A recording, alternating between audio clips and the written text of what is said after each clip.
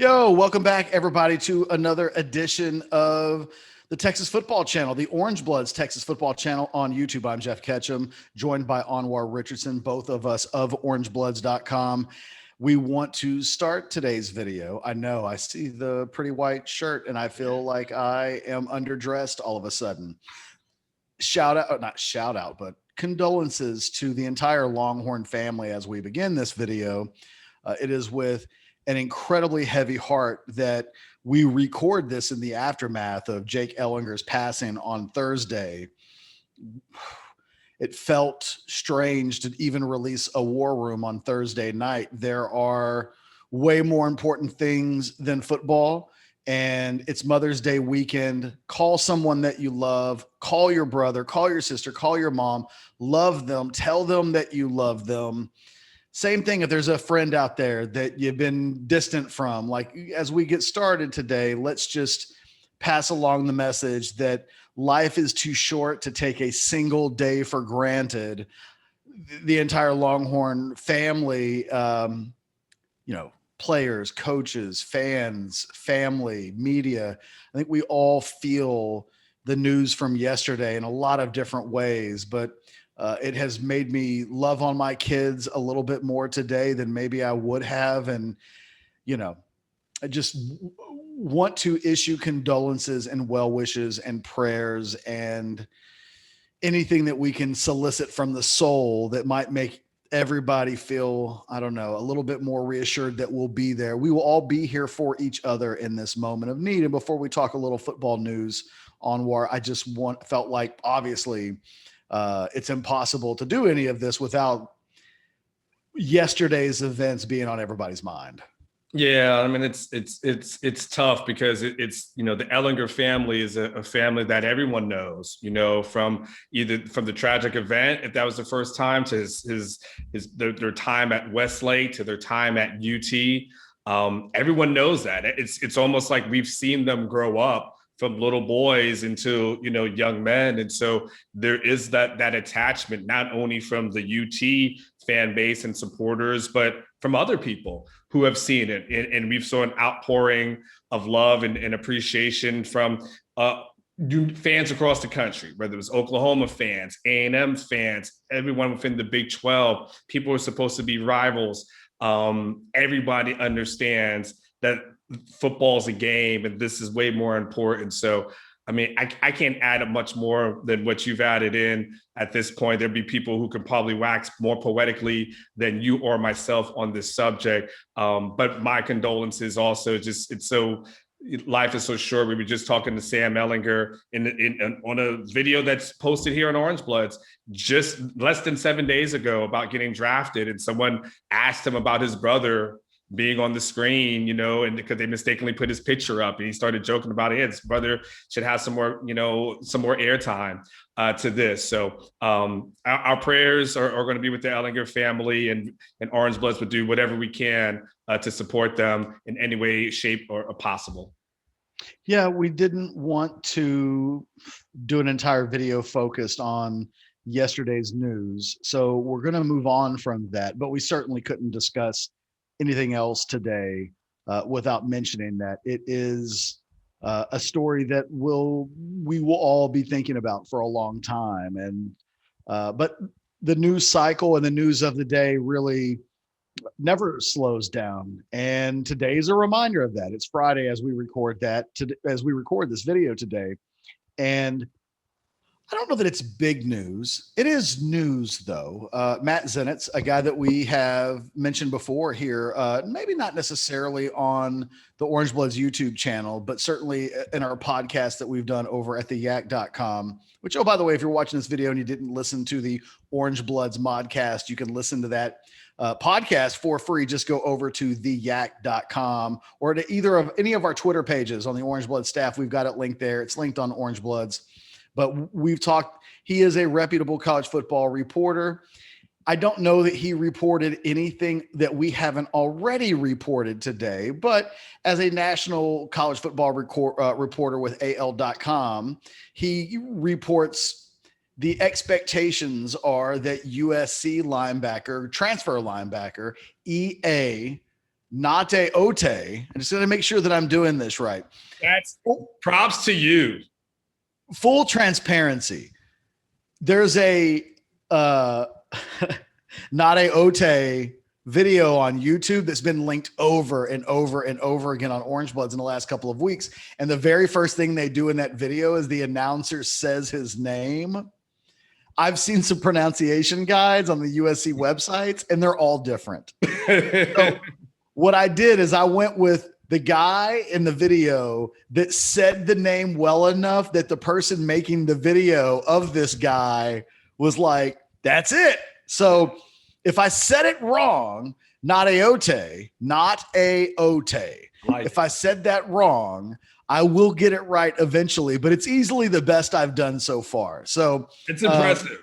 And we're just going to call him What's his nickname? What's his nickname? EA. We're going to go with EA for the rest of this. Well, because his full name is like Palaie EA. So he just goes by EA. Okay. I'm down. We're going to go by EA. Yeah, his real name would be Palaie EA, not Gaoteote. I mean, so can you imagine there's going to be a game where we got Palaie Gaoteote, Ovi, Ugafu. Hopefully I said the name. I may have just butchered it again. I know it's Ogofu. It's Gofu. It's Gofu. It's Ogofu. Okay, I got it. I don't remember that. Yeah, so it's Ovi, Ogofu, David Benda, but if you don't tell them to ignore the G, there's no telling like what's going to happen. So heaven forbid all three of those guys are in on one play. Devin Richardson might be the most popular guy on Texas defense this year because he's got the easiest name to say. Yeah. This is a good, it's funny. We have also been reporting that the expectations are that Gaoteote would sign with Texas. The expectations have been that he's been sitting back for months waiting to see if Ohio State was going to offer him. The recruitment of a transfer linebacker from Tennessee that Ohio State and Alabama are fighting over, that as recent as 2 days ago, Mike Farrell of Rivals.com did an update on, where it looks like everybody's starting to think he's going to go to Ohio State, but he wants to go to Alabama. But the SEC is putting in these the expectations. I'm using that word a lot because a lot of these events are just expectations at this point.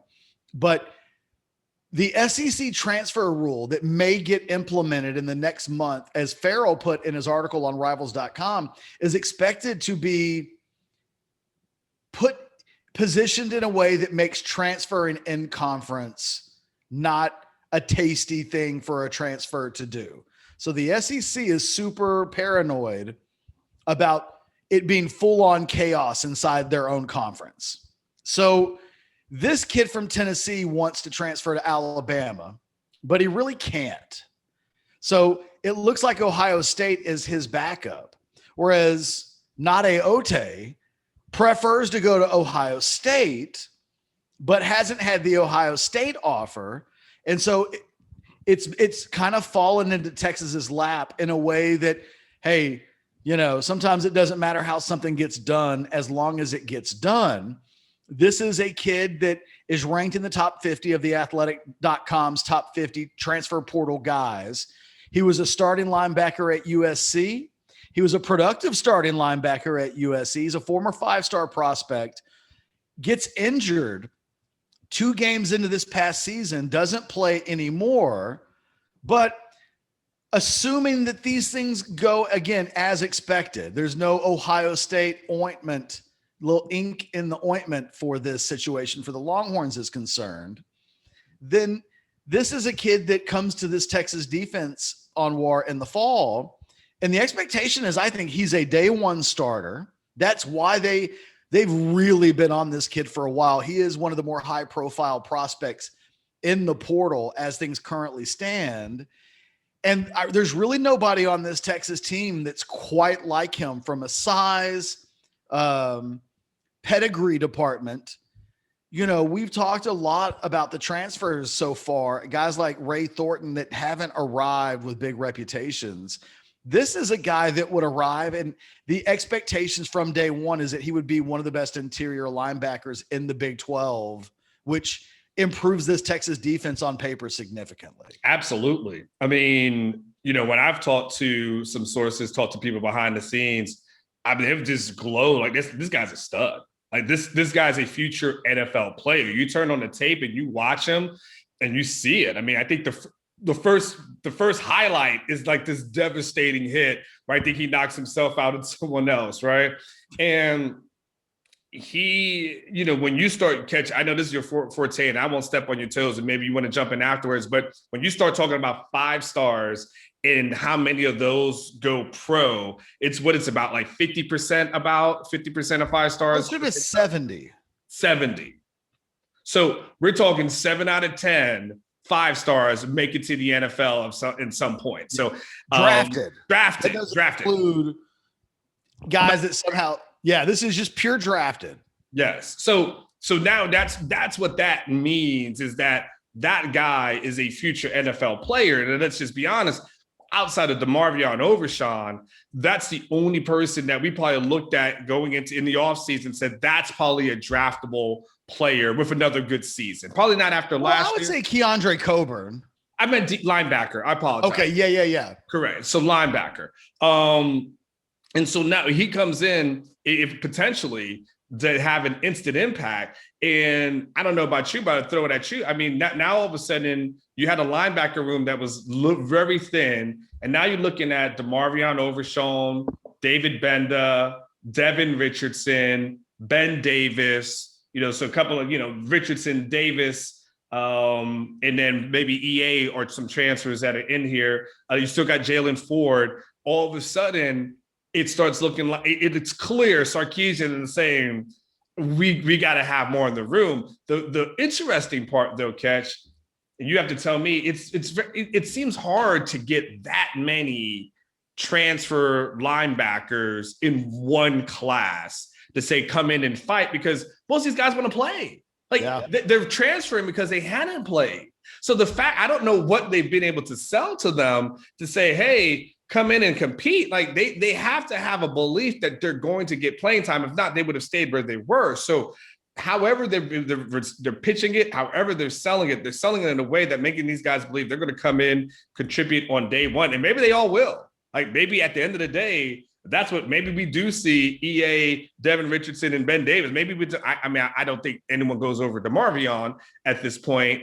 But they're doing a hell of a recruiting job so far, getting guys in, which usually getting guys, especially 5 stars, into another crowded room is usually pretty hard to do. I think there are layers to this that I'll roll out and then we can unpack them one by one if we want to. The glaring thing, and we've talked about this before, they aren't telling us that they don't have a strong belief system in the current Texas linebackers. They haven't come out and they haven't said, we think these guys are trash and can't play. Their actions, though, scream that when you want to know how do they get 5 linebackers to transfer in one class. I mean, it's funny to even just say the number out loud. They are telling these guys, we don't like any of the dudes outside of Overshown. It is, we need all hands on deck. And we are not telling, like, the urgency of which they're telling these guys they need help clearly is strong, because this would make number 5. And run through those names. You remember all the names, Ketch? Yes. Yep. So you've got Ovi. Say it for me. Gosh. OVO. Ofogu, I believe his name. OVO. I just totally messed it up again. I got to look it up. So you got OVO, Ray Thornton. I forgot about Ray. Ben Davis. And then you got Devin Richardson and now EA Nadeote. Yeah. 5. Now, the interesting thing about that is they all have like different stories, right? I mean, I think Richardson is a long-term project. He may be a day one starter. Like Alex loves the guy and thinks that there's a way to get some, like the best of these guys all on the field together. But, that's a guy that's got The difference between some of these guys is that Richardson's got 3 years of eligibility left, and so does OVO. So they arrive in August, but they're not playing for game checks just yet. I think that your two grad transfer guys who are 6th-year players like Ben Davis and Ray Thornton, they fall into a different category. The sense of urgency for which they will view this season. If one of those guys doesn't start and one of them won't, their decision to transfer to Texas will be a failure. These guys didn't come here to be backups. And then, I think that when you look at Gaoteote, this could be a 1-year rental for Texas. This is Brennan Eagles just left because he arrived in college with a 3-year plan. And whether or not the 3-year plan was ready to go to the NFL or not, he had a 3-year plan. He stuck to it and he went off to the NFL. I don't know anything about Gaoteote. I don't, other than what we're talking about here, reading bios, watching highlight films. I didn't follow his recruitment in college. I've not seen anybody in the media do an interview with him in the last 4 months. God knows I've tried. But I can tell you I've tried. But he is a 5-star player who is going to be a drafted NFL prospect. If he stays at USC, he's a guy that projects to be either a 2nd-day pick, I think, or an early 3rd-day pick. His reputation was that he was one of the better interior linebackers in the Pac-16, and then he gets hurt and basically loses this season. He'll be eligible to go to the NFL like Bijan Robinson in another year. Well, no. This year, I'm sorry, he's a year ahead of Bijan. So just like Bijan has to wait till his 3rd year, this will be his 3rd year. And if he shows up at Texas and has, let's say he's first team all Big 12, there's a threat that he could be a 1-year guy. Maybe you get him for 2, but it's impossible not to mention his pedigree as a former number 10 overall prospect in the country, and at least not acknowledge that, 3 of the 5 linebackers that they've recruited could potentially only be on campus for a year. Yeah. Now, Ogofu, by the way, is probably going to play defensive end. So, he's probably out of that mix, but you're right. I mean, first of all, good problem to have. It's very interesting to be able to get all these guys on campus. The Ben Davis, that's the more fascinating one of all of them, right? Because Ben didn't play. He did not play at Bama. And there's no way a guy's transferring to sit at Texas. There's just no way. If that guy is doing special teams and riding pine, I mean, it can't be a good moon. It would be a bad moon rising, as they would say with Andre Rison, so it'd be a bad moon rising. It's interesting, Ketch. Do you think these guys are coming here specifically because they want to play for Kwiatkowski? And yes, of course, you think so? You think you think this is a Kwiatkowski? Gosh, could you imagine Kwiatkowski, Gaoteote? I mean, boy, I'm just a lot of pronunciation, boy. These whoever does the Texas games this year is really going to have to study up. We'll know who did their homework by how they pronounce these names, because we're still working through them. But you think it's a Kwiatkowski thing? You think they really have said we're coming here for him? Well, I think his sudden reputation in the last few years of being able to turn guys into NFL players isn't being in a very aggressive attacking defense. I think that's something that is checking a box for all of these players. And, watching the draft this past, we talked a lot about the Alabama guys that were drafted. It was hard not to watch some of those Washington guys on defense and go, oh, okay, that was one of Coach K's guys. And say, okay, that was one of Coach K's guys. And then you get into even next year's draft. And I think Washington's got a couple of guys on the defensive side of the ball that are expected to be first or 2nd round draft picks. So, I think that there's a reputation there. And look, I think these guys have gotten the word out. We need help. And, I'm interested. I've written it down though. So Ogofu, the interesting thing about him is that I think he fit. I'm curious. You mentioned defensive end with him. He fits that Joseph Osai in this defense, that edge pass rusher, which is technically a linebacker in this defense. I mean, he's a guy at Notre Dame that wore the number 29, if I'm not mistaken. Yes. You know what I mean? He's an athlete.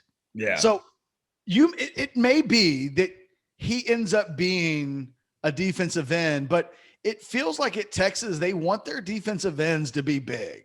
And he doesn't fit that profile. I've been looking at Ogofu thinking that he's the guy that's competing with Ray Thornton and Ben Davis for playing time. And Davis is a guy that can probably play multiple positions, but Ray Thornton is in that overhang rush end linebacker position right now. And there wasn't a lot of depth there going out of the spring, right? If you think about Jet Bush being a guy that rotates in behind Thornton there, not a lot of depth across the board. It feels like to me that Nate Ote is your big Mike.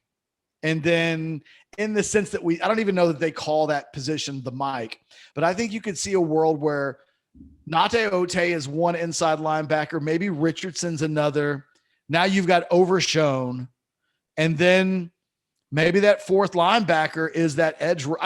There's a lot that they can do. Suddenly this position overflows with options. Yes. And no matter what we say about what Texas has done with addressing help through the portal, they've addressed the hell out of linebacker. And they viewed linebacker with a sense of urgency that we did with the offensive line and have done with the offensive line times about 5. Yeah. And to their credit, it is easily the deepest position in the portal this year upon my analysis. I mean, there are legitimate big time 5-star all conference level players that have been moved. There are still guys in the portal that I think could play and start at Texas that just haven't made decisions yet. So it's where the position there, and whereas the offensive line talent has been really hard to come by, they haven't taken any risks there. They're not taking Jags. And I think that would be the thing that they've told us about how they've used their allocation of, we know they need offensive linemen. That they haven't taken a single offensive lineman yet seems to indicate they won't take someone to take someone as a flyer, even at worst, if it means depth. Maybe they've done that a little bit at linebacker, and maybe it's because, look, do they take Ben Davis or do they take Ray Thornton? If in May we were able to tell them you also have commitments from Nate Ote and Richardson to go along with Ogofu, like at that point, at that point, you might go, oh, like the order in which they've taken some of these guys, I think were insurance policies to a certain extent. Maybe you don't take Ben Davis if you're going to get Nate Ote. Or Richard, you know what I mean? Like these things have all happened the way they've happened, that Texas is saying, we don't care. Just give me all your linebackers. All of them. And then when you think about the fact that they've got Darian Dunn already on campus, and that Donovan Kaufman, a kid that we have an interview with that you talked to earlier this week, the Vanderbilt safety, that what's interesting about this story, Anwar, and how it relates to that is Ohio State may stay away from Nate Ote because the kid from Tennessee doesn't want to transfer within the SEC because of these potential poison pills, right? And it may be like a 1-year sit out or something like that. Texas and Auburn are the finalists for Donovan Kaufman. And Auburn has a huge ace up their sleeve with Vanderbilt's former head coach Derek Mason being at Auburn. But if the SEC passes the rule as expected that punishes kids for transferring within the SEC to another SEC school, then that may be the very thing that may open the door for Texas to get Nate Ote, may be exactly the thing that opens the door for them to get Kaufman. And now we're talking about 7 grad transfers all on the defensive side of the ball. Like that's it kind of feels like the Cowboys draft, where at the end of it, it's like whatever you say to Dan Quinn at the end of the year, you won't say, we didn't try to go out and get you help. Sarkisian seems to be saying, I'm an offensive guy and I'll make an ass kicking machine out of whatever you give me. You need some players? Here's 7. Now have a good defense. No excuses at all. Yeah. I mean, it is definitely, when you talk about giving someone all the tools to operate with, it's clear. They sat down and said, all right, where are we weak? There was a heart to heart, and it said, we need this. We're weak at linebacker, can use a little bit more on a defensive line, and definitely, could probably use another cornerback, or a safety rather, that's back there, another safety. So, so they've done some assessments of who they feel like this person's good. And look, I'll give them credit, Ketch. I will give them credit. At no time did this staff shit on the talent that's here. At no time did they ever just say, man, these guys ain't got it. These guys ain't this. It's always been very positive. But what then they've done is, yeah, let's go out and get some more dudes. And now what's going to be interesting, I think, Ketch, from this kind of this recruiting cycle is, how do you manage all these guys who have transferred in, who have come in expecting to play and expecting to contribute right away, because they all may not. And how does Sarkisian, Kwiatkowski, how do these position coaches, how do they manage their rooms to make sure it doesn't implode? Because you and I both know when it comes to athletes, it's the guys who thought they were going to play, when they're sitting on the bench, sometimes it's a little time bomb. And then what happens if they don't get in, or they're not getting enough playing time? What happens? We start seeing, certain little things. I mean, we could look at it, Juwan Mitchell. Juwan Mitchell wasn't happy when he wasn't getting PT at some point. Juwan Mitchell wasn't happy when, Jet Bush was getting more run than him. That guy wasn't happy. He's out. Wasn't dealing. He was tired of it, And so how do they handle that? How do they manage egos? Guys who are here trying to build their brand, because now it's playing time. It's also name, image, and likeness, right? I want to build my brand and want to be able to make money, certain things. I can't make money if I'm doing certain, if they're not playing. So I'll be very curious to see at the end of the day, Ketch, how do they handle a bunch of different egos and dropping that into your locker room? A new locker room, by the way. Well, in this group of 7, there are really 2 types of players. There are the players that on paper will definitely be back in 2022. And then there are the guys that aren't. And if we start with the guys that aren't, Ray Thornton's not going to be back next year. And Ben Davis is not going to be back next year.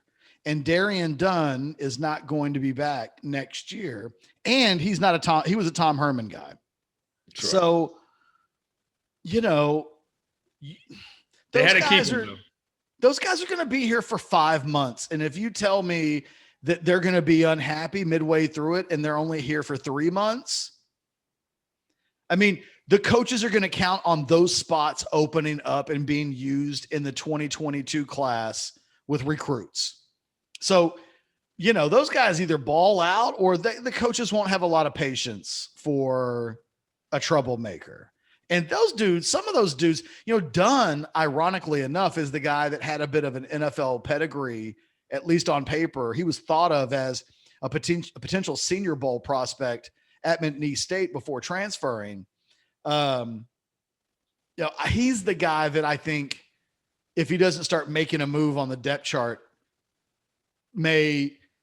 technically he could still leave, right? Yeah. Yeah. I don't know. I don't know. I'm just. Yeah. I mean, you got to think like John Bonney, left at some point. So, I mean, technically, John Bonney was a grad transfer. And And so, yeah, technically you can just roll out. I'm not saying that there's any. Darian Dunn's not yet worked into the first team defense, and I think there was a thought when he committed that he would. But I think the good thing. So you've got these guys. I think those are the guys that we're talking about, because I think if we talk about Kaufman, who will want to start in year one, but has years left of eligibility, that if he shows up in August and is just a little bit behind for whatever reason, there's no reason for that guy to panic about being a little late. Ogofu, I'm going to get it down now. That's good. Ogofu, we got it. Yes. Ogofu. Now that Ogofu is kind of the same thing, like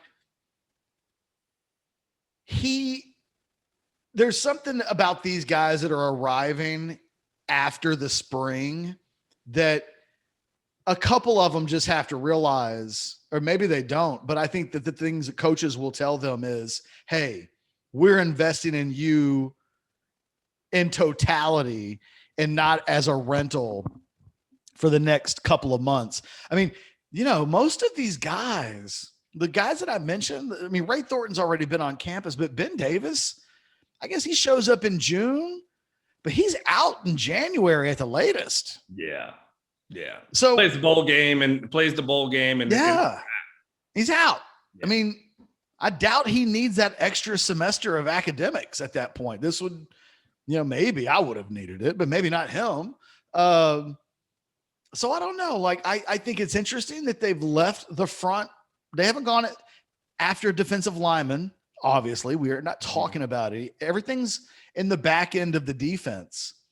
And I think that if you're Texas, I think this move of Nate Ote is the big one. I think that is the all conference level caliber incoming transfer that this group lacked. I think that everybody else they've taken so far, you can look at and go, oh, kind of a prospect, or, oh, a good depth, or, beefs up this position or what. But there hasn't been a guy that you've been able to say, how much does he really improve this Texas defense the day he shows up? And I think with Nate Ote, the thing you would say is significantly. This team goes from 4 months ago having serious question marks all up and down the linebacking core to now being anchored by a player that could be one of the first or second best inside linebackers in the entire conference. This is a 5-star talent who isn't, he didn't transfer from USC like a lot of these kids because he failed. You know what I mean? This isn't Ben Davis, where he went through his entire Alabama career, never really made it, and now is just trying to find a place. Nate Ote was living up to his hype at USC, got hurt, and I got to be honest, I don't know why he transferred. I mean, I think his expectation was that he was going to go to like an Ohio State. Yeah. Well, he's transferring because he had issues with Todd Orlando.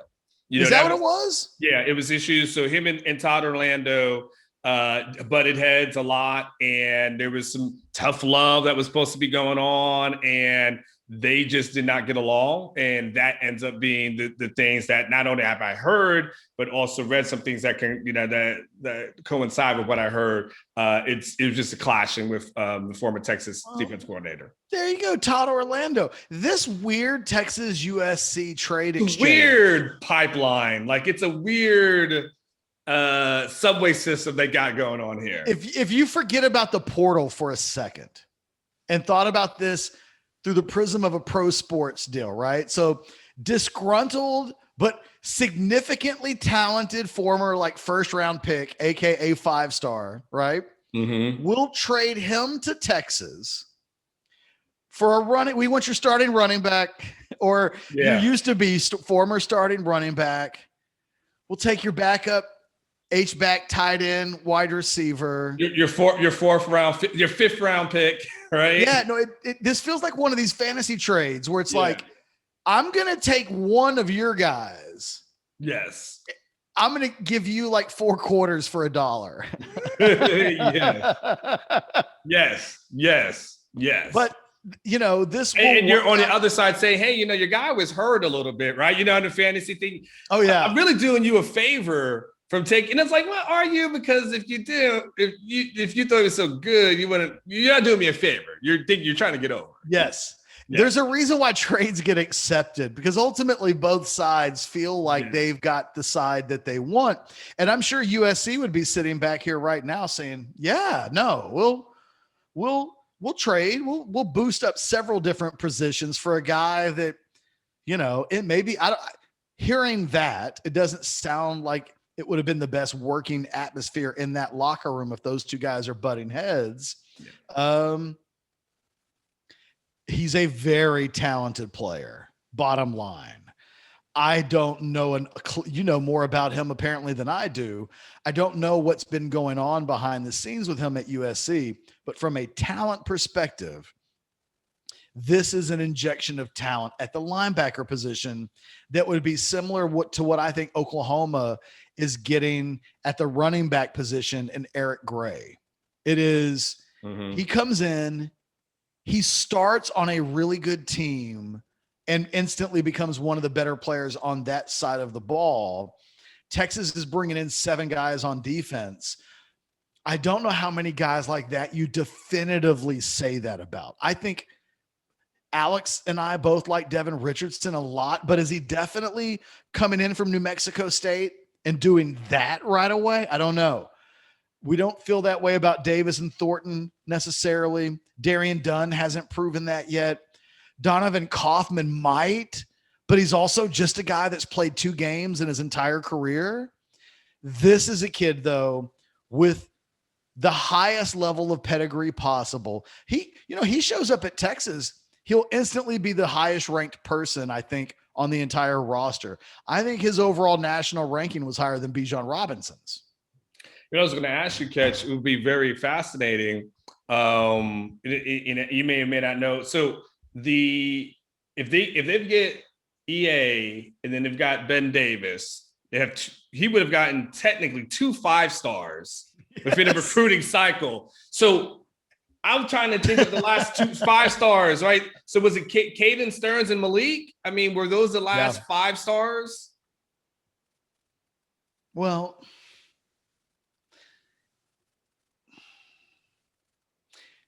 I think so. I mean, Bijan, yes. And Jordan Whittington, I think a service or 2 may have been.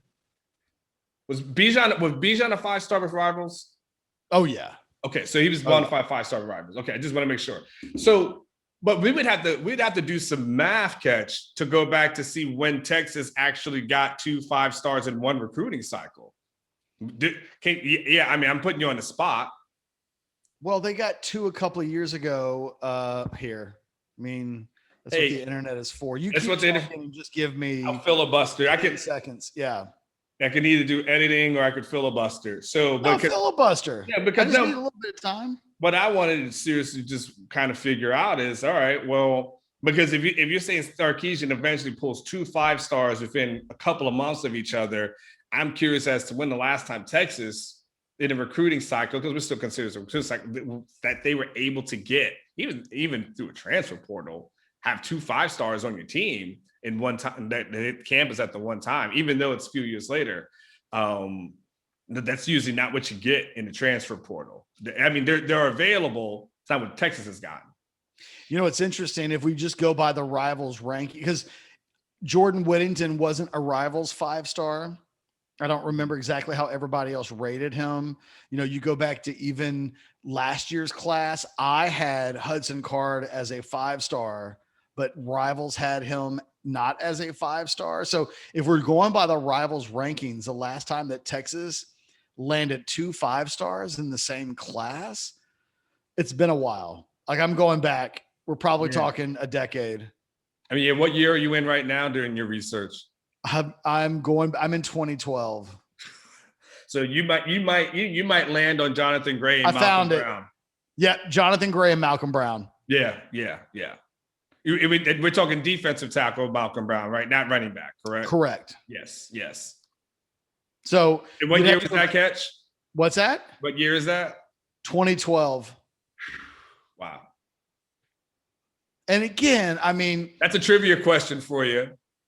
Yeah. And look, I had Bijan Robinson a year ago ranked as a 5-star, and I personally had Hudson Card rated as a 5-star, but I don't think anybody else did. So if we just stick to the Rivals rankings, it's been since 2012. And if you're like, oh, but Rivals sucks in their rankings, then it's not like we can look back on those classes and say they clearly. Texas has the overwhelming theme lately in recruiting is that Texas has had really good recruiting classes, but they've been made up of guys who aren't elite of the elite prospects. Yeah. 5-star players and the highest of the 4-star players are just statistically, they're completely different prospects. So Texas hasn't had enough players like Gaoteote and Ben Davis is one of those.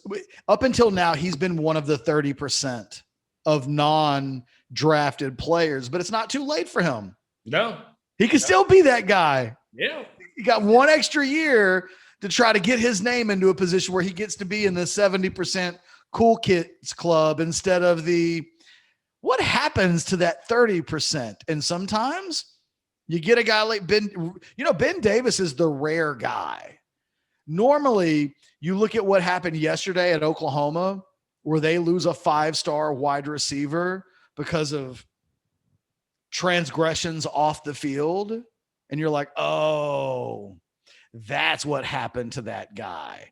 The 30% is made up of guys who get hurt, guys who flunk out, homesick, drugs, and occasionally just aren't very good. Mm-hmm.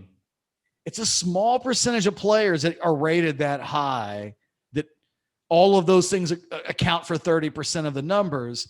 Ben Davis is a weird, like 5%er. It's really rare that a guy is a 5-star and doesn't play because he's just not good. Yeah. If you're Ben Davis, what you've got to be encouraged by is you've got to be able to say, okay, yeah, maybe it didn't, I wasn't Alabama good, but I sure as hell should be Texas good. Well, that's what they're telling him. Yeah, it's exactly what they're telling. Hey, Ben, you had to go against this guy, that guy. Okay, let me show you what's here. All right, I want to show you some tape and film. Ben, do you think you're better than that? Like, now he may or may not be. Time will tell when it's all said and done. But he's looking at him like, oh yeah, I can. That's who I have to be. Oh, I could do that. I don't have to beat a bunch of day 1 picks or day 2 picks. Just get on that guy. Because the flip side is, Ketch, I don't know how many linebackers outside of maybe DeMarvion Overshown that from Texas play at Alabama. Well, and look, I'm glad you mentioned this. This also gives the Longhorns some Overshown insurance. Because I've told you in the last couple of weeks, on a scale of 1 to 10, I'm not like at a 8, 9, or 10 with regard to Overshown's injury, the torn labrum coming back this season. But I'm kind of at a 5 in that where he's supposed to be coming off of injury and, the normal time frame lines up right at the beginning of the football season, which means I guess it'll probably be okay.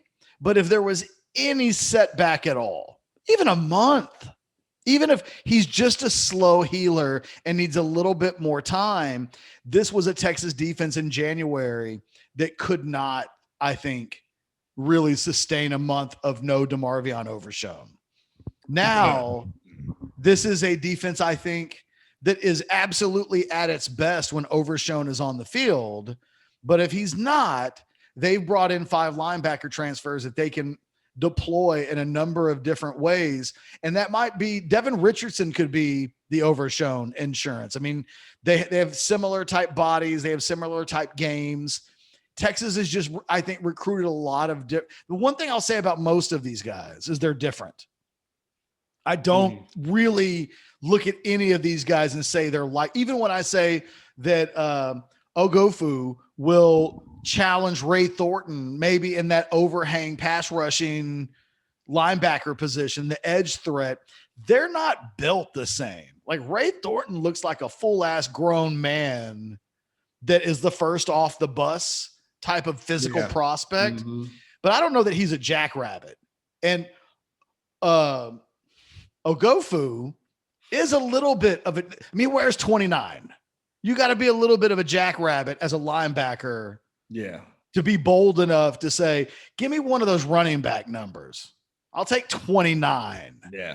And, you know, so it's weird because when you start comparing who plays, it feels like he's more of the pure edge rush guy and Thornton's more of the good at the point of attack, hold steady against the run guy.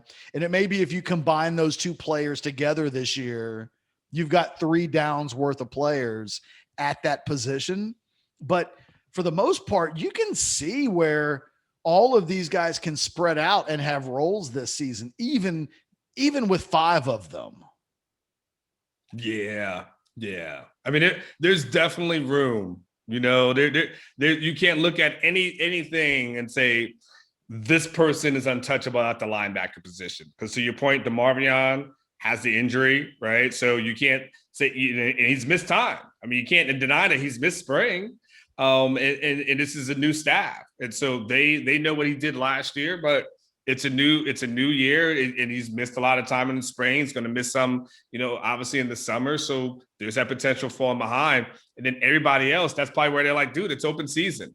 Like you come in here, you get it, but you don't, you will have a position if you win it. But there is no nepotism here whatsoever, because there's not a single person on this roster that we feel like is got it all the way down. And, you know, even Ray Thornton, he's still having to prove himself. You know, Ray Thornton. Show friends at show business. Yeah, that's it. But I will say this, the last thing I'll say on that, Catch, is that I think if you're Texas fans, you should be encouraged to know that your coach and the coaching staff has come in here and they've seen the weakness and they've said, you know what, we've got to do this. You know, I've always thought one of the biggest mistakes that Charlie Strong made in year 1 is when he got out of spring and he realized wasn't good at the quarterback position.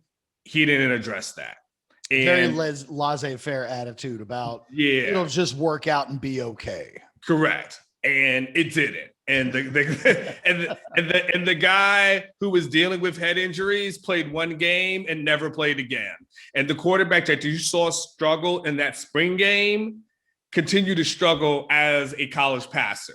And he was playing catch up the entire time. And by the time you get to Bouchel on campus and you know, you got Gerard Herb, but Gerard Herb gets in, like, it was just a catch-up game that he was just never able to catch up on and was so far behind. And, you know, you remember, and Catch, at the end, you remember people were telling us, well, Sam Ehlinger is going to be the guy. Like, that's what they kept telling us. They said, Shane Bouchel be good, but Sam Ehlinger is going to be the guy that blows them all away. But by the time that happened, he was gone, you know, by the time Sam hit campus is gone. So at least you've seen the guy that's come in on day 1 and said, hey, this is the need. We're trying to address it. And it shows, it also shows to me, Catch, Sarkisian and these guys aren't taking a let's build it approach. Let's just build it and let's see what happens in year 1 and see if we can get some momentum going. This will be our transition year. And so if we win 7 games, it's okay because we're laying the foundation. You ever heard all that shit, right? You're basically hearing like, man, we're trying to win right now. Like, we are trying to win in 2021, and we're going to bring in whoever we feel like we can bring in, because that's what we was hired to do. So if you're a Texas fan, you should be very encouraged about that. Defense on paper should be a lot better in August than we thought it might look at any point, you know, let's say April 1st. Like April Fool's Day, as it relates to looking at in a pre-spring world, the whole, I think, defensive outlook looks a little different today than it did back then, 6 weeks ago.